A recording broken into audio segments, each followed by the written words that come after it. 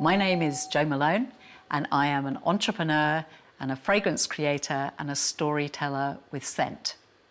Today, I'm going to tell you about the first brand I ever created, Jo Malone London. What it was like to open on the first day, and all the fun adventures that we had in building a global brand. The very first brand I created, with the little cream and black box, as you know, Jo Malone London, I started that from my tiny little apartment with 4 plastic jugs, a saucepan, and a whole heap of dreams. And I think the very, very first one I made was, it was geranium, strawberry, like a wild strawberry note and violet. And I would blend them together. And the great thing about perfumery is finding ways that you can lock really different notes together. So that was the very first one. It didn't smell as good as I wanted it.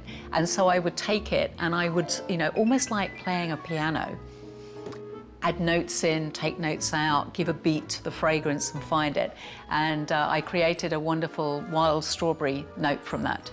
So the fragrances that I created, I would just make by hand, fill by hand, and sell them to my consumers that would come to have their skins done and their faces done.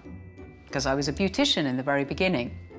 And everybody loved the product. And there was this buzz about everything that we did.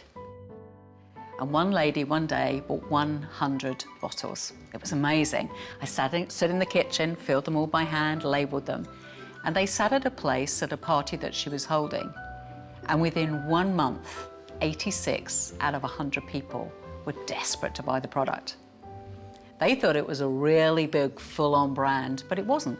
It was all being made in my kitchen with 4 plastic jugs and a little saucepan and a whole heap of dreams.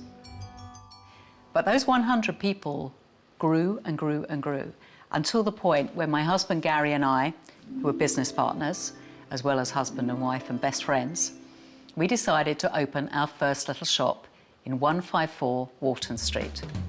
It was a tiny 350 square feet store. It was a concrete block, there was nothing in it.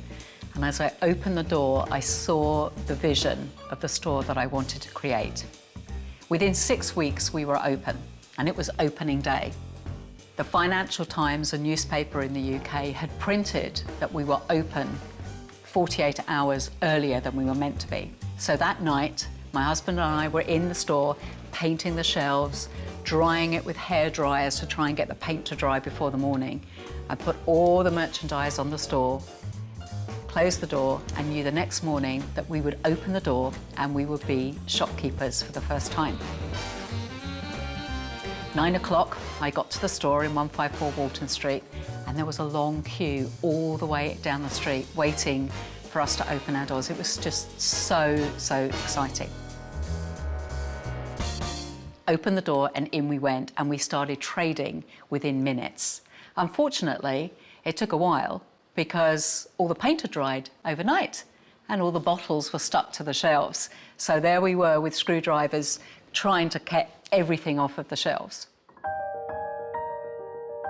So from day one of opening 154 Walton Street, we saw everybody was totally captivated by the products that we were creating.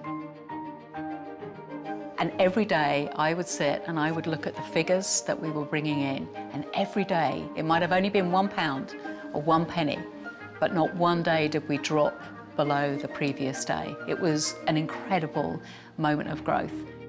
So that the big guys who had the big corporations were looking and thinking, we have all this money, we have all these people, we have all this power, but this woman is creating fragrances that are changing the world in a kitchen. What has she got, and how do we replicate it? So when I first started out, one of the fragrances I created was nutmeg and ginger, and no one had ever used nutmeg and ginger together and then called it that. I think that was the really kind of unique selling point of it, or lime, basil, and mandarin. But someone said, no one is ever going to buy a fragrance with those ingredients in, especially not basil. Because basil has this aniseed twist with it, which can turn a fragrance either way. Well, funny. I created it, and they did. And it became known as the pension fund because it sold 40 times more than anything else. So picking those different ingredients and using them and placing them in a setting, in a creative setting where they actually sometimes they would clash, they would fight together.